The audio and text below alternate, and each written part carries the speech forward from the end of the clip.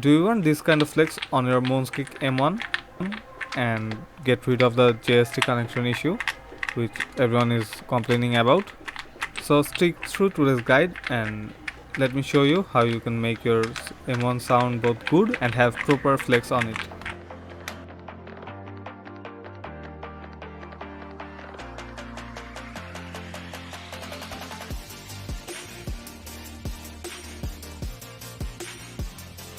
So without any delay, let's start with the disassembly of the board. The M1 has a pretty solid body due to its aluminum shell, but even though being an aluminum shell, it has hardly any case ping to it, so it has been quite the positive factor of it. But doing the force break mod will definitely help you out and make you less worry about the case ping you might face. And now opening the backside, since the board is in stock configuration and I haven't done any mod in it, so it will look like as it came in stock. At first we remove the case foam, which we won't be using anymore since the case foam reduces the flex. Then we remove the entire PCB and keep it separated from the back plate.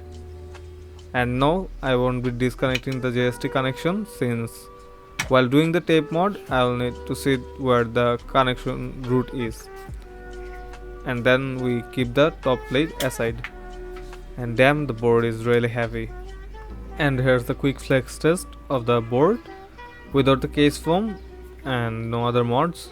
The board bends quite nicely on the side and on the middle.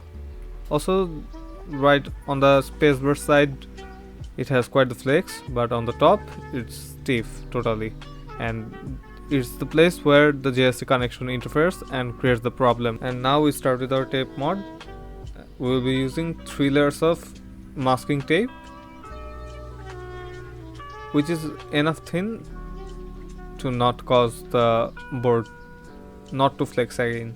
Now we put on the masking tape carefully.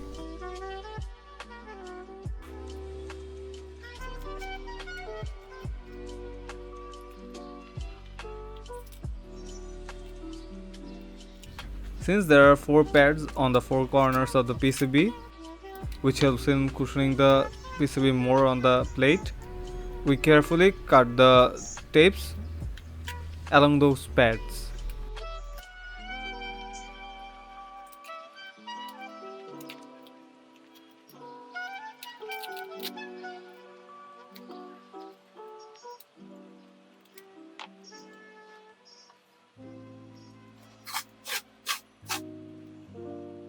Now I am gonna apply the last layer of the masking tape.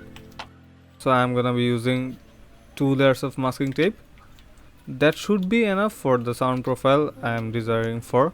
And a disclaimer, please do not try to cut the tape along the cables of the JST connector like me. You could potentially cut the entire wire, like I almost did while cutting these tapes. And the extra bits that we cut off from the masking tape layer, that part we will be using in the solution I came up with.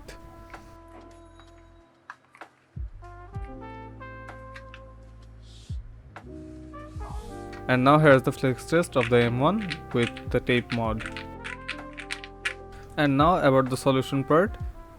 What you see here is the extra residue I collected during the previous tape mod and cutting it according to the size of the JST connector, and then I applied the residues on it.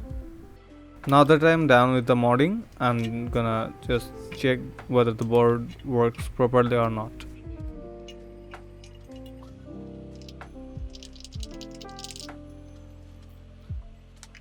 And lastly, here's a look at the flex after the mod.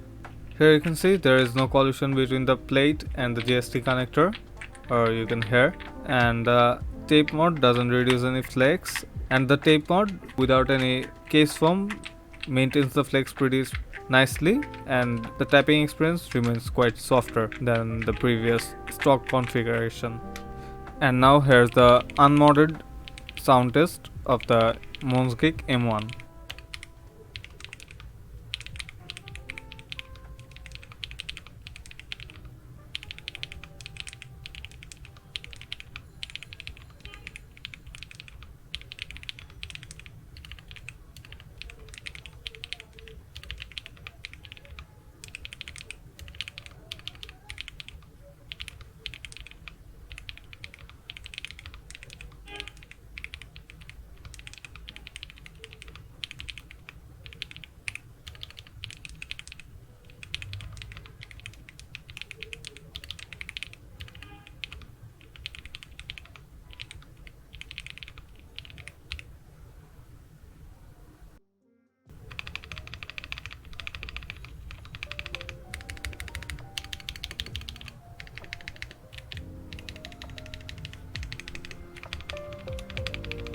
Now here is the fully modded sound test of the Monsgeek M1 with cream blues and yellows.